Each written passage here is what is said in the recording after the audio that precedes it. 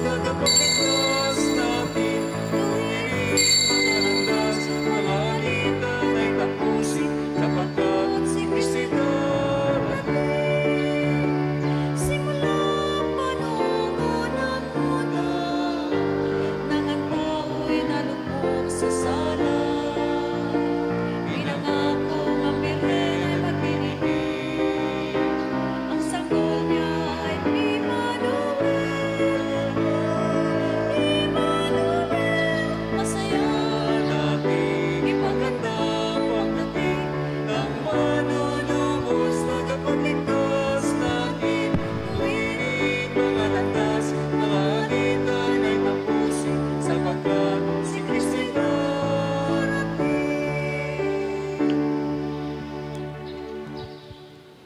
Sa ngalan ng Ama at ng Anak at ng Espiritu Santo. Amen. Ang pagpapala ng ating Panginoong Jesucristo, ang pag-ibig ng Diyos Ama, at ang pagkipagkaisa ng Espiritu Santo naway sumainyong lahat. At sumaiyo rin. Mga kapatid, tinipon po tayo bilang mga kaanib ng angkan ng Diyos. Kaya dumulog tayo sa ating maawaing Panginoong nagpapatawad ng lubos.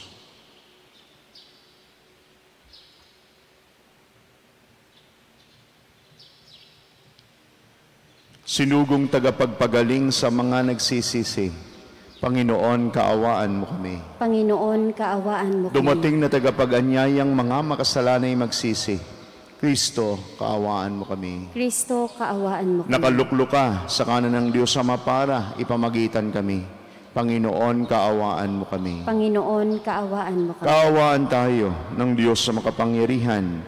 Patawarin tayo sa ating mga kasalanan at patnubayan tayo sa buhay na walang hanggan. Amen. Manalangin tayo.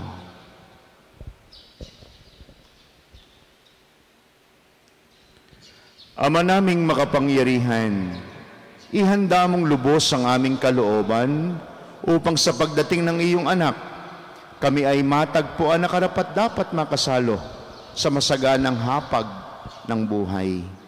Sa kanyang pagdudulot ng pagkaing banal, kami naway maging mapalad na sa kanya makapakinabang, sapagkat siya naglilingkod at namamagitan kasama ng Espiritu Santo, Diyos magpasawalang hanggan. Amen.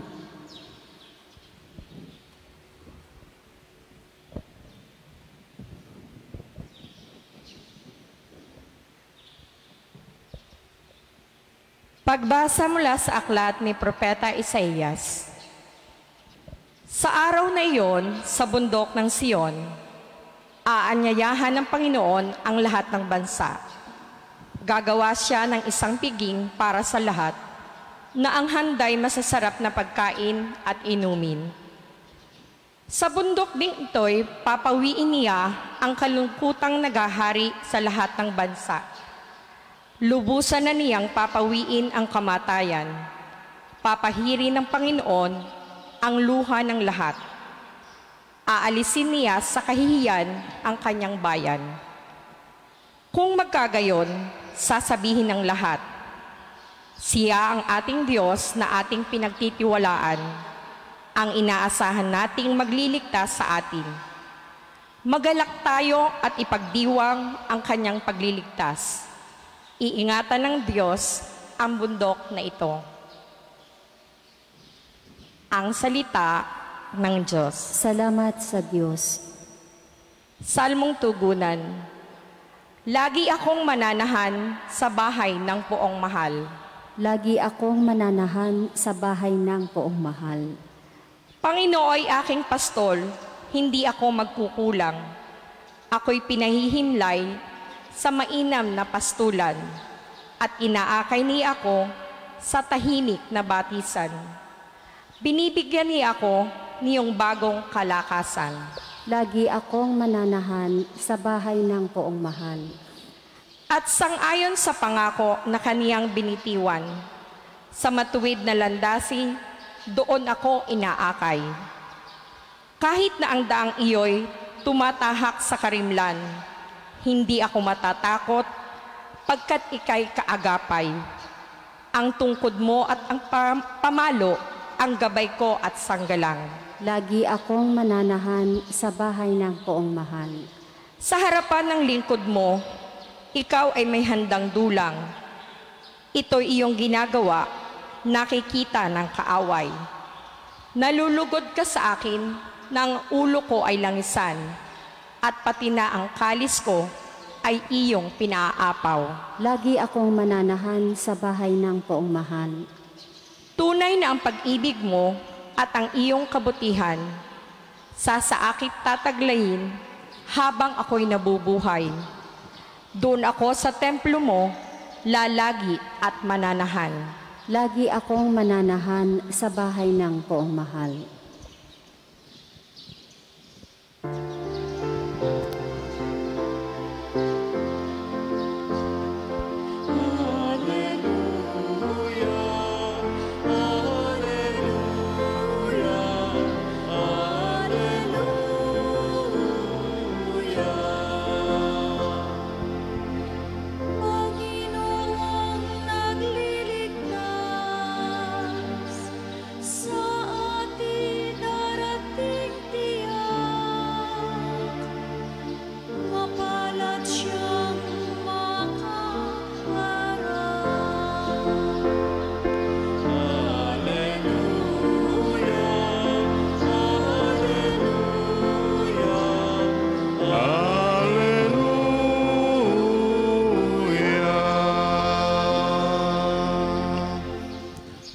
Sumainyo ang Panginoon. At sumaiyo rin. Ang pagpapahayag ng mabuting balita ng Panginoon ayon kay San Mateo. Papuri sa iyo, Panginoon.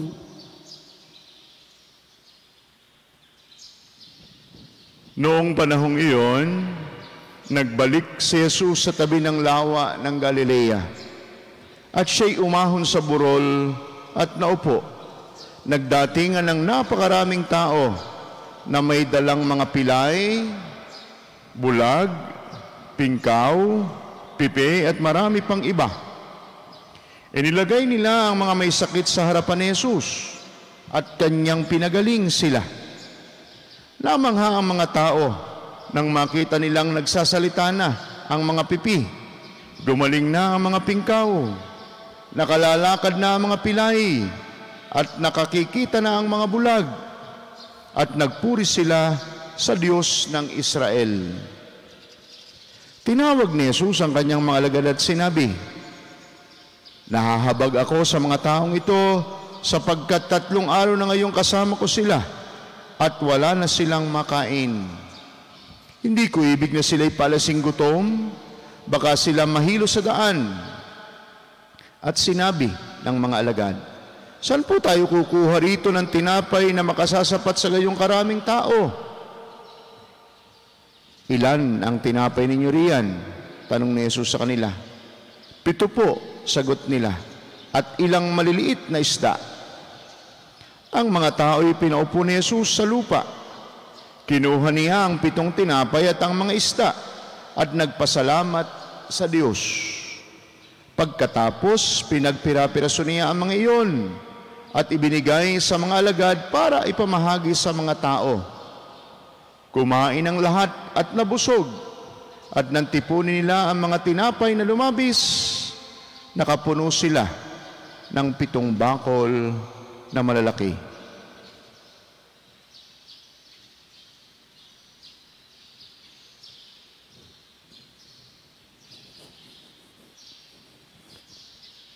Mga kapatid, ang mabuting balita ng ating kaligtasan. Pinupuri ka namin, Panginoong Heso Kristo. Magandang umaga po sa inyong lahat. Kayong narito sa ating dambana at kayong mga nakasubaybay sa Facebook page ng ating parokya. Yan. Alin po ba ang mas mahalaga sa inyo? Ang bunga o ang punong nagbibigay ng bunga? Ang tubig o ang bukal ng tubig. Yan, ilang araw na lang Pasko na. Ang regalo o ang taong nagbigay ng regalo. Dahil maganda ang mga bagay na nasa atin, may panganib na matuon ng ating paningin sa mga bagay na ito lamang at makaligtaan ang pinagmulan ng mga ito. Halimbawa, may mga taong kung mamitas ng masarap na bunga, ay sinasapak ang sanga. Walang pagsaalang-alang sa kalusugan ng puno. May mga tao ang alam lamang ay manghuli ng isda. Wala silang malasakit sa ilog o dagat. Kaya't nagagawa magtapon ng basura o mangisda sa pamamagitan ng illegal na paraan. Dalawang mabuting bagay ang ipinagkaloob ni Jesus sa mga tao ayon sa ating mabuting balita sa araw na ito. Inilagay nila ang mga may sakit sa harapan ni Jesus at kanyang pinagaling sila. At si Jesus mismo ang may sabi sa kanyang mga alagad, nahahabag ako sa mga taong ito sapagkat 3 araw na ngayong kasama ko sila at wala silang makain. Pagpapagaling sa mga may karamdaman at pagkahabag sapagkat wala silang makain at pawiin ang kanilang gutom. Kaya nating damhin ang kaligayahan at pagpapasalamat ng sinumang napabalik sa kalusugan. Kaya rin nating damhin ang maginhawang pakiramdam ng mga taong nabusog. Ngunit saan tayo dinadala ng ating tinatamasang kalusugan o pagkabusog ng tiyan? 3 pagpapahayag tungkol kay Jesus ang inihaharap sa atin ng mabuting balita sa araw na ito. Miyerkules, sa unang linggo ng Adbento. Una, ipinahayag sa atin ang pagkahabag ni Jesus sa mga tao, lalo na't sila'y nasa mahirap na katayuan. Ang habag na ito ang nagpakilos kay Jesus upang tugunan ang pangangailangan ng mga may sakit na nasa kanyang harapan at ng mga taong nagugutom. Ito rin ang naging gabay niya upang magamit ng wasto ang kanyang kapangyarihan para sa kapakinabangan ng mga tao. Hindi po nababago ang ganitong pagtingin ni Jesus sa ating humaharap at nakakaranas ng iba't ibang pangailangan. Lalo't higit yan. Kaya't may pagtitiwala tayong lumapit sa Kanya kung nakadarama tayo ng sakit ng katawan o kalooban, kung may nasira tayong ugnayan, kung kinakapos tayo sa mga bagay na ating kinakailangan. Tiyak ang sabi sa Salmo 34, tumutulong siya sa nasisiphayo, ang walang pag-asay hindi binibigo. Naunawaan ni Jesus ang ating kalagayan sapagkat bunga ng kanyang pagkakatawang tao, dinanas rin niya ang iba't ibang sitwasyon ng buhay bilang tao.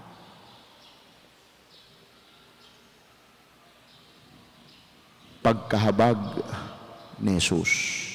Ikalawa po, ipinahayag sa atin ang kapangyarihan ni Jesus. Sino ang makapagpapagaling ng may sakit at sino ang makapagpaparami ng tinapay? Nababanaagan natin na si Jesus, o alam natin na si Jesus ay hindi karaniwang tao. Siya'y tunay na tao at siya'y tunay na Diyos. May makadiyos na kapangyarihang sumasa Kanya. Ang salaysay ng mabuting balita ay nagsabing labis-labis ang pagkain. No? Sa bandang huli, nakaipon pa. Pahiwatig na ang kapangyarihan ni Jesus ay higit sa anumang pangangailangan nating mga tao. Ang kapangyarihan ng Diyos ay laging higit sa anumang pangangailangan nating mga tao. Wala tayong pangangailangan na labas sa kapangyarihan ng Diyos. Dahil dito, ang lahat ay maaari nating ilapit sa Kanya. Liban na lamang sa mga bagay na makapagdadala sa atin sa kasalanan at siguradong hindi ito kalooban ng Diyos. Ang totoo, laging lampas sa ating hinihingi ang pagbibigay ng Diyos sa atin. Pagkahabag ni Jesus, kapangyarihan ni Jesus. At ang pangatlo po, ipinahayag sa atin ang kagandahang loob ng Diyos. Walang saysay ang damdamin ng pagkahabag kung hindi naman ito nauuwi sa konkretong pagkilos. Wala ring saysay ang kapangyarihan kung ito'y hindi nagagamit sa tamang paglilingkod. At konkreto po itong nangyayari ngayon. Hindi lamang sa pagkahabag, kaya may konkretong pagkilos. Kaya sa Paskong darating, ay siguradong laksa-laksa kahit sa kabila ng pandemyang ito. Hirap ang mga tao, hirap tayo, hindi lamang dito sa ating bansa, kundi sa buong mundo. Ay siguradong marami tayong matatanggap na regalo, sapagkat may inaasahan sa atin sa sunod na taon, lalo na sa buwan ng Mayo. Walang saysay ang kapangyarihan kung ito'y hindi nagagamit sa paglilingkod para sa Panginoong Hesus. Ang habag at kapangyarihan ay dapat katuwang ng kagandahang loob, kaya't nakinabang ng gusto ang mga taong lumalapit sa Kanya. At patuloy tayong makikinabang sa ating paglapit ng may pagtitiwala sa Diyos. Ang pagbibigay ni Jesus ng pagkain ay larawan ng Kanyang gagawin pagkatapos. At ano po ito? Sa huling hapunan, bago siya lumisan sa daigdig, ay ibinigay niya ang Kanyang sariling katawan upang maging pagkain ng pagkaing pangkaluluwa ng Kanyang mga tagasunod. Kasama tayo sa mga nakikinabang dito.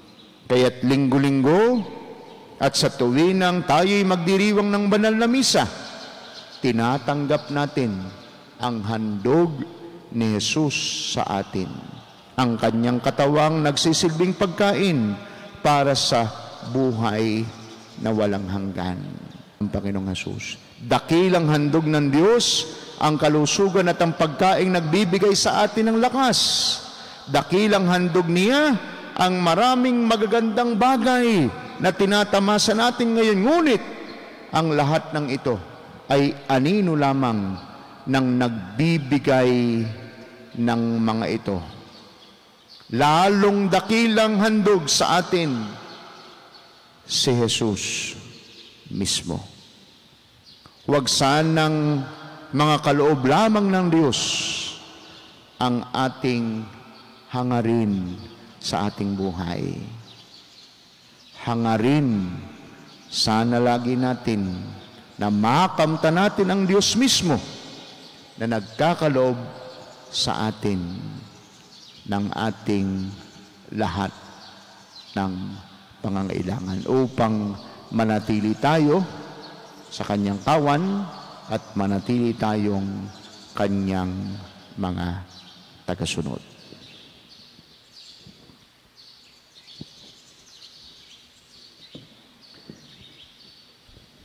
Sa himala ng pagpapakain ng 5,000 tao, pinakikita ng Panginoon na ibibigay sa atin ng Ama ang lahat ng ating mga kailangan. Hingin natin sa Kanya ang lahat ng biyayang may pagkakaloob niya sa atin. At sa bawat panalangin ating sabihin, Diyos na nagbibigay sa amin ng lahat, pagpalain mo kami. Diyos na nagbibigay sa amin ng lahat, pagpalain mo kami. Ang mga paring nag-aakay sa atin, naway patuloy tayong busugin ng espiritual na pagkaing nagmumula sa hapag ng Panginoon. Manalangin tayo sa Panginoon. Diyos na nagbibigay sa amin ng lahat, pagpalain mo kami. Ang mga pinuno ng pamahalaan, naway makahanap ng mga paraan upang matugunan ang mga pangangailangan ng mahihirap nating kapatid. Manalangin tayo sa Panginoon. Diyos na nagbibigay sa amin ng lahat, pagpalain mo kami. Ang mga nagdaranas ng espiritual na pagkagutom, naway matagpuan si Kristo sa kanilang buhay. Manalangin tayo sa Panginoon. Diyos na nagbibigay sa amin ng lahat, pagpalain mo kami. Ang mga nagkakatipon dito, naway ibigin si Kristo sa Eucharistia bilang paghahandog niya ng sarili sa maraming tao. Manalangin tayo sa Panginoon. Diyos na nagbibigay sa amin ng lahat, pagpalain mo kami. Ang lahat ng yumao, naway makasalo sa piging ng kaharian ng Diyos. Manalangin tayo sa Panginoon. Diyos na nagbibigay sa amin ng lahat, pagpalain mo kami.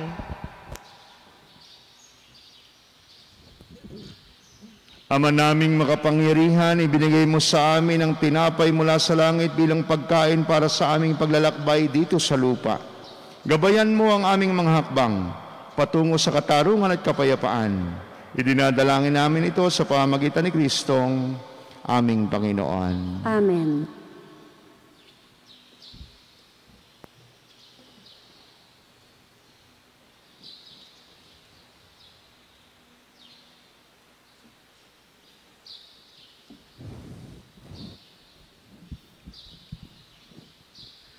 Kapuri-puri ka, Diyos, amang lumikha sa libutan, sa inyo pong kagandahang loob. Narito ang aming may aalay mula sa lupa at bunga ng aming paggawan. Tinapay na ito para maging pagkaing nagbibigay buhay. Kapuri-puri ang poong may kapal, ngayon at kailanman.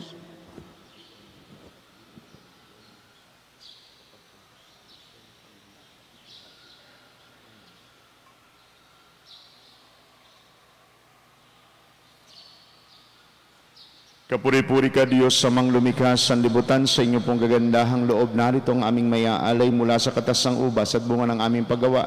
Ang alak na ito para maging inuming nagbibigay ng iyong Espiritu. Kapuri-puri ang poong may kapal, ngayon at kailanman.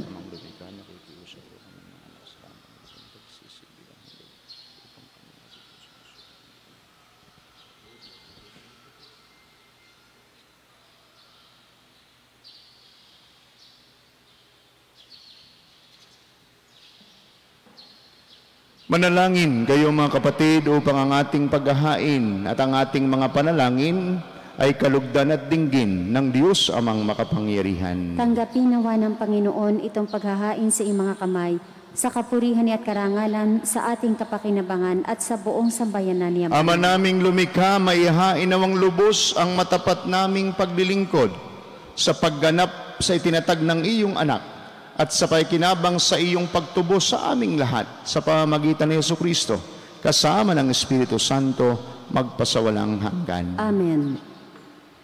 Sumainyo ang Panginoon. At sumaiyo rin. Itaas sa Diyos ang inyong puso at diwa. Itinaas na namin sa Panginoon. Pasalamatan natin ang Panginoong ating Diyos. Marapat na siya ay pasalamatan. Ama naming makapangyarihan, tunay ngang marapat na ikaw ay aming pasalamatan sa pamamagitan ni Jesucristo na aming Panginoon. Siya'y isinugo mo upang matupad ang iyong magandang balak para sa lahat. Hindi niya ikinahiyang mamuhay ng mahirap upang mapakisamahan niya kaming matapat. Siya'y naging hindi na iba sa amin upang maitampok niya kami sa iyong piling. Sa kanyang lantarang muling pagdating, ang paikisama niya ay puspusang nagniningning at ang pangako niyang kapanapanabik ay inaasahan naming lubos na makakamit. Kaya kaysa ng mga anghel nagsisiawit ng papuri sa iyo ng walang humpay sa kalangitan, kami nagbubunyi sa iyong kadakilaan. Santo, Santo, Santo, Panginoon Diyos ng mga hukbo, napupuno ang langit at lupa ng kadakilaan mo. O sana sa kaitaasan, pinagpala ang naparirito sa ngalan ng Panginoon. O sana sa kaitaasan. Ama naming banal, ikaw ang bukal ng tanang kabanalan. At sa pamamagitan ng iyong Espiritu, gawin po ninyong banal ang mga kaloob na ito upang para sa amin maging katawan at dugo ng aming Panginoong Hesukristo. Bago niya pinagtiis ang kusang loob na maging handog, hinawakan niya ang tinapay, pinasalamatan kaniya, pinagati-hati niya iyon, iniabot sa kanyang mga alagad at sinabi, tanggapin ninyong lahat ito at kanin ito ang aking katawan na ihahandog para sa inyo.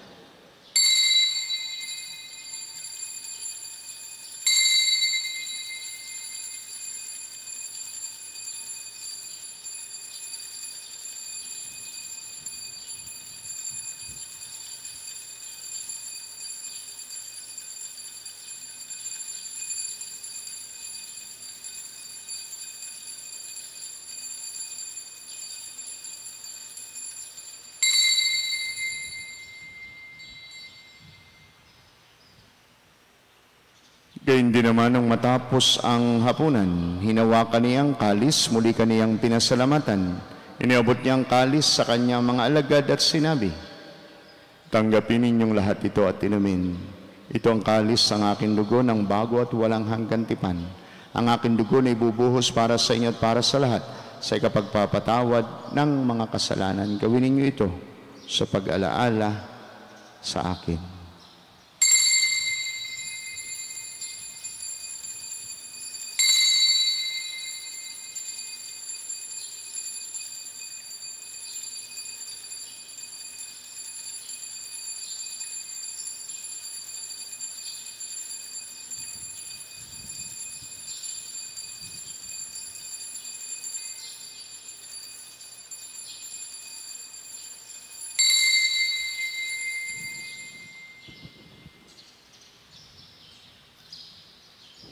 Ang misteryo ng ating pananampalataya. Si Kristo'y namatay, si Kristo'y nabuhay, si Kristo'y babalik sa wakas ng Ama, ginagawa namin ngayon ang pag-alaala sa pagkamatay at muling pagkabuhay ng iyong anak. Kaya tiniaalay po namin sa iyo ang tinapay na nagbibigay buhay at ang kalis na nagkakaloob ng kaligtasan. Kami nagpapasalamat dahil kami iyong minarapat at tumayo sa harap mo para maglingkod sa iyo. Isinasamo po namin kaming mga magsasalo-salo sa katawan at dugo ni Kristo'y mabuklod sa pagkakaisa sa pamamagitan ng Espiritu Santo. Ama, lingapin po ninyo yung simbahang laganap sa buong daigdig. Puspusin po ninyo kami sa pag-ibig. Kaysa ni Francisco na aming Santo Papa at ni Gilbert na aming Obispo, lahat ng mga obispo at ng Tanang Kaparian. Alalahanin po ninyo ang mga kapatid naming nahimlay na nang may pag-asang sila'y muling mabubuhay. Gayon din ang lahat ng mga pumanaw, lalo tigit silang malalapit sa aming buhay. Kaawaan po ninyo sila at patuloyin sa iyong kaliwanagan. Kawan po ninyo at pagindapatin kaming lahat na makasalo sa iyong buhay na walang wakas. Kaysa ng mahal na Birheng Maria na Ina ng Diyos, kaysa ni San Jose na kanyang kalinis-lisang esposo, kaysa ng mga apostol at ng lahat ng mga banal, lalo tigit ni na San Jose Marelo, San Lorenzo Ruiz at San Pedro Calungsod na namuhay dito sa daigdig ng galugod-lugod sa iyo. May ipagdiwang po nawa namin ang pagpupuri sa ikararangal po ninyo sa pamamagitan ng iyong anak na aming Panginoong Hesukristo. Sa pamamagitan ni Kristo, kasama niya at sa Kanya, ang lahat ng parangal at papuri ay sa Diyos amang makapangyarihan, kasama ng Espiritu Santo, magpasawalang hanggan.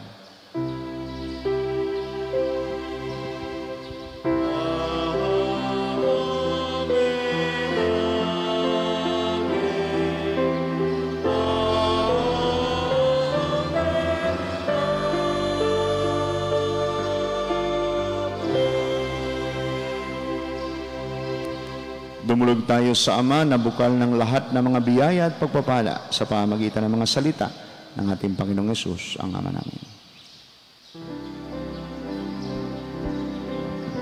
Ama namin, sumasalangit ka,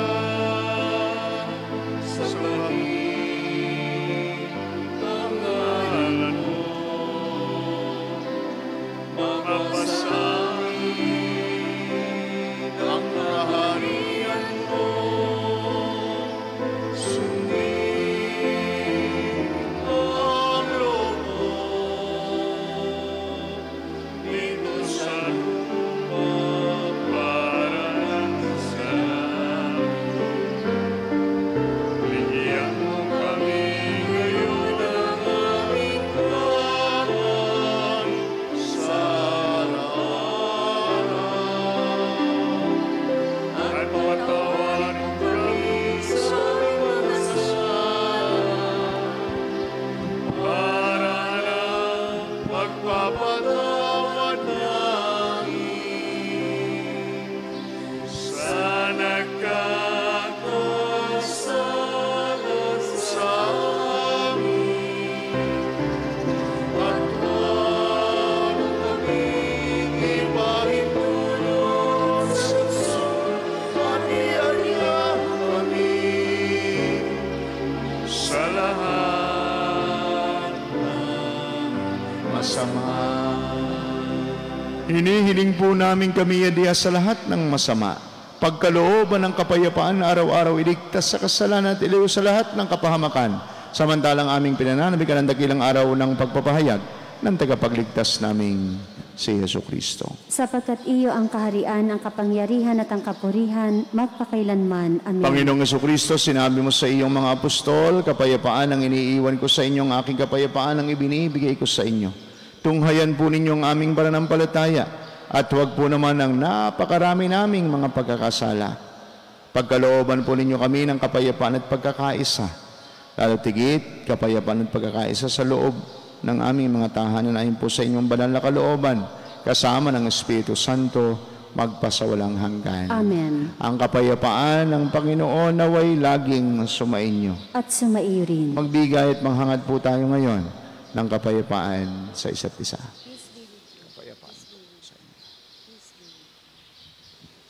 Kordero ng Diyos na nag-aalis ng mga kasalanan ng sanlibutan, maawa ka sa amin. Kordero ng Diyos na nag-aalis ng mga kasalanan ng sanlibutan, maawa ka sa amin. Kordero ng Diyos na nag-aalis ng mga kasalanan ng sanlibutan, ipagkaloob mo sa amin ang kapayapaan.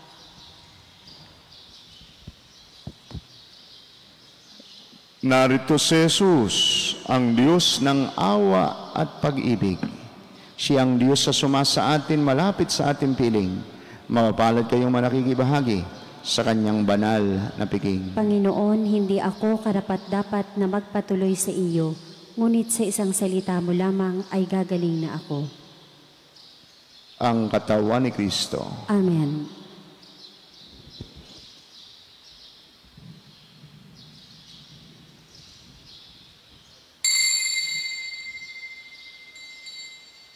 Panginoong Hesus, Ako ay nananalig na ikaw ay nasa kabanal-banalang sakramento sa altar. Iniibig kita ng higit sa lahat at minimiti kong tanggapin ka sa paraang espiritual dahil hindi ko kayang tanggapin sa panahon ngayon ang iyong katawan at dugo sa banal na sakramento. Kahit man lang sana ay matanggap kita sa paraang espiritual sa aking puso. Niyayakap kita na para bang andito ka na talaga sa aking puso at iniaalay ko ng buong puso ang aking sarili sa iyo. Huwag mong pahintulutang mawalay ako sa iyo. Amen.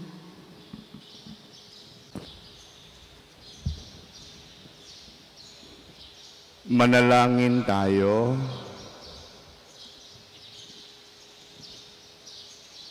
Ama naming mapagmahal, ang pinagsaluhan namin ngayon sa ikapagpapatawad ng mga kasalanan ay magpagindapat nawang kami maging handa para sa Pasko ng pagsilang ng iyong anak, na siya namamagitan kasama ng Espiritu Santo, Diyos magpasawalang hanggan. Amen.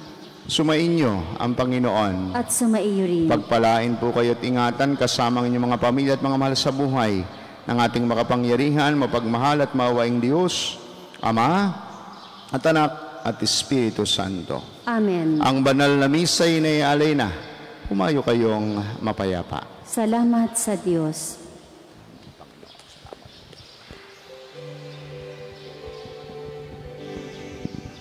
Nagpupuri sa